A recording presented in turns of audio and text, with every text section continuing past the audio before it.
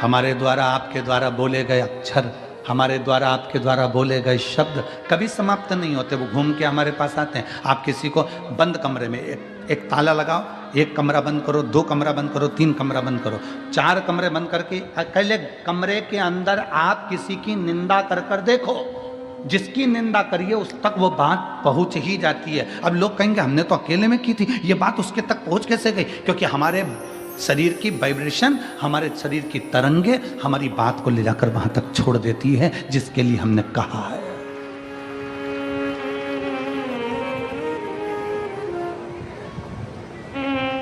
हमारे शरीर की वाइब्रेशन, हमारे शरीर की तरंगे वहां तक ले जाकर छोड़ देती है जिसके लिए हमने अपशब्द कहा। आप किसी को गाली देकर देखो, चलो जाने तो आपका कोई नौकर हो ना, आप अपने घर पे बैठ के नौकर को ही कुछ अपशब्द कह के देख ले, नौकर नहीं है वहां पर, परंतु उस नौकर को मालूम पड़ जाएगा कि मेरे सेठ के मुख में, मेरे सेठ ने मेरे लिए कुछ कहा, मेरे सेठ के दिमाग में कुछ चल रहा। हमारी वाइब्रेशन बता देती है, हमारी तरंगे बता देती है। इसलिए शिव महापुराण की कथा कहती है अच्छा विचार करिए, अच्छा सोचिए। अगर कोई तुम्हारा दुश्मन है ना, उसके बारे में अच्छा सोचना चालू करो। एक दिन वो दुश्मन तुम्हें सुंदर माला लाकर ना दे, तुम्हारे को गुलाब का फूल लाकर ना दे, तुम्हारे लिए गुलदस्ता लाकर ना दे, तो कहना जो दुश्मन है उसके लिए वे अच्छा सोचना प्रारंभ करो, श्रेष्ठ सोचो। बहू सास की दुश्मन नहीं है, सास बहू की दुश्मन नहीं है। अगर बहू की दुश्मन होती सास तो अपनी रकम तुड़वाकर बहू को ना देती शादी के पहले, शादी के समय पर। अगर सास तुम्हारी दुश्मन होती तो 1,00,000 2 लाख रुपए शादी में खर्च नहीं करती, 5-5 10-10 हजार की साड़ियां लहंगा तुमको नहीं दिलाती अगर तुम्हारी दुश्मन होती तो। और बहू अगर तुम्हारी दुश्मन होती तो वो अपना घर छोड़कर तुम्हारे घर में नहीं आती तुम्हारी गुलामी करने के लिए। ना सास बहू की दुश्मन है, ना बहू सास की दुश्मन है। ये दोनों रहते रहते एक दूसरे से बोलते नहीं, अपशब्द नहीं बोलते, पर अंदर ना जाने कैसे कैसी अंटी पालते रहते हैं, अंदर की वाइब्रेशन ऐसी कर लेते हैं। मम्मी ने ऐसा कर लिया, पापा ने ऐसा कर लिया, अंदर से सोच रहे हैं तो वो वाइब्रेशन तुम्हारी सास तक पहुंचती है, सास की वाइब्रेशन बहू तक पहुंचती है, और दोनों का मन मोटाव आपस में चालू हो जाता है। और एक दिन ये होता है कि घर में अलग अलग हो जाते हैं। ये हमारे शरीर की वाइब्रेशन है, ये हमारे शरीर का विचार है, ये हमारी दृष्टि है। आप अच्छा सोचो ना।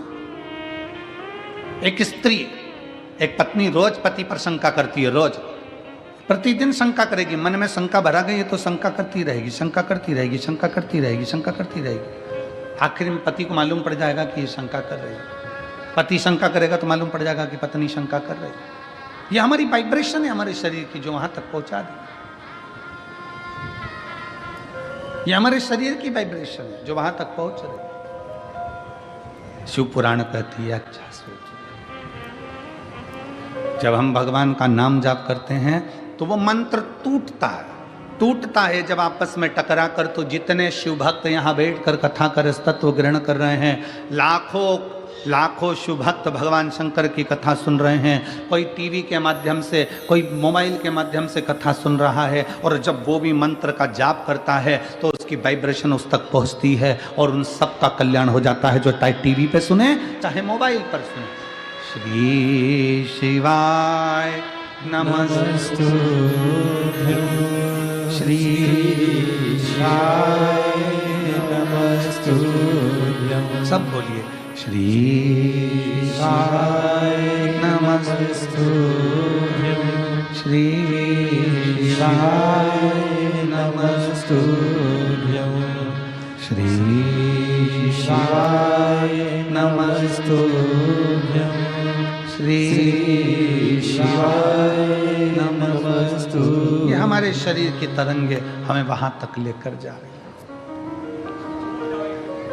हमारे भीतर की तरंगे हमें वहां तक लेकर जा रही है।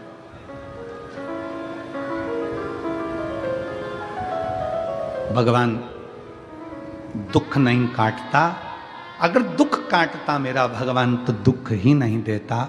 भगवान दुख देता है तो भगवान का कार्य है कि वो उस दुख को सहन करने की शक्ति देता है। दुख कौन काटेगा?